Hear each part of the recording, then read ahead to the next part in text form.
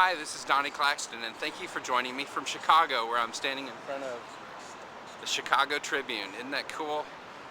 Looks like a thing from Batman. Anyway, today I've been out on a walk here in Chicago on Michigan Avenue, the Miracle Mile, and this is just one of my favorite places ever. I've been out walking, been down to the Apple Store, lots of cool stuff. I think that's actually my favorite Apple Store. Just go in, there's a glass stairway taking you upstairs. Pretty cool place. It's not as crowded as the one on Fifth Avenue, and which is open 365/7, but something about this one here is just special to me.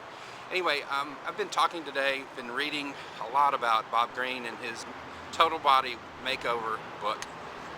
Really focused on a lot of the things in my past, trying to find a way to pull them out, dredge them out, put them on paper, and then focus on them and really kind of say, okay, these people said these things throughout my life, past probably 35 years worth of life, and I still remember them. I can still remember the moments that I was in Mrs. Bett's class in third grade, and I had written honestly on my paper that one of the things I'd had for breakfast for Sunday morning was my mom's Good Neighbor cake, which, you know, I wish I could have some right now, but I know better. Mrs. Betts made a huge deal out of me eating that, and she was right. It was actually a foreboding for whatever of me and my eating habits. But other things, I remember Mr. Nesberg, my sixth grade elementary school teacher, was overweight, fighting his battle. He made a bet with the class that if he didn't get below 300 and something, he'd give us all ice cream sandwiches. Which, you know, as a kid sounded like a great and wonderful thing, but it really was reinforcing the wrong way. I mean, here's Mr. Nesberg trying to lose weight, and he's telling us if he can't, he's going to give us something that's bad for us. I loved the guy. He's been a great influence on my life, but as I thought about that today, that was really the wrong reinforcement to be giving us. He should have been giving us something good for us. And he lost the bet, so we got the ice cream sandwiches. I remember one of the last things my grandfather said to me when I was over visiting him here. This is Chicago. This is where he and I used to come all the time, and it's weird to be here alone without him. But one of the last things he said to me in probably June of 2007, as Carrie and I were leaving his house, he said, "Son, do me a favor and lose 150 pounds." You know, Grandpa meant that, and he meant it in a good way.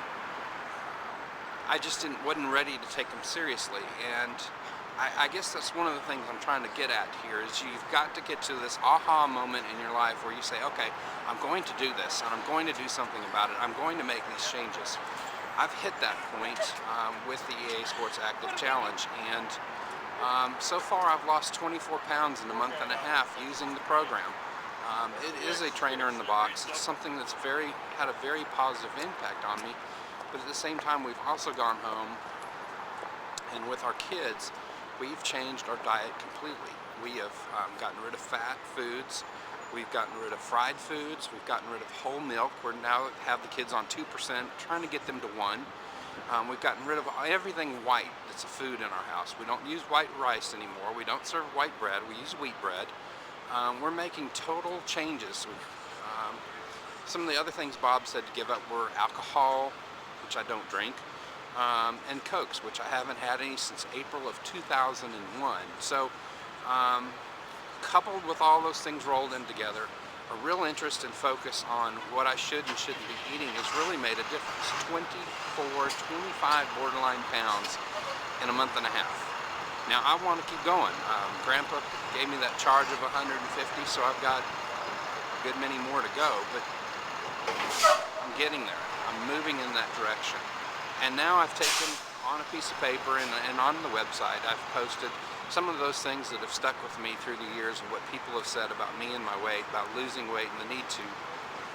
And even probably when I didn't need to, people were poking at me about it. And then from there I've gotten some tweets tonight about people who are starting to tell me things that people have said to them. One person sent in a note saying that 8th grade, the PE teacher said to one of the kids, you probably won't be able to do this, so why don't you just sit and watch the other kids do these exercises. I can't imagine the pain and agony that caused that child at that point, but also to have carried that around for years. So it's time in my life to say, okay, I've put these things out there now, I've recognized them for what they are and what they were, and now it's time to do something different. The past is the past, the future is right in front of me, and it's time to get walking again. Thanks for joining me for this update, and we'll talk again soon.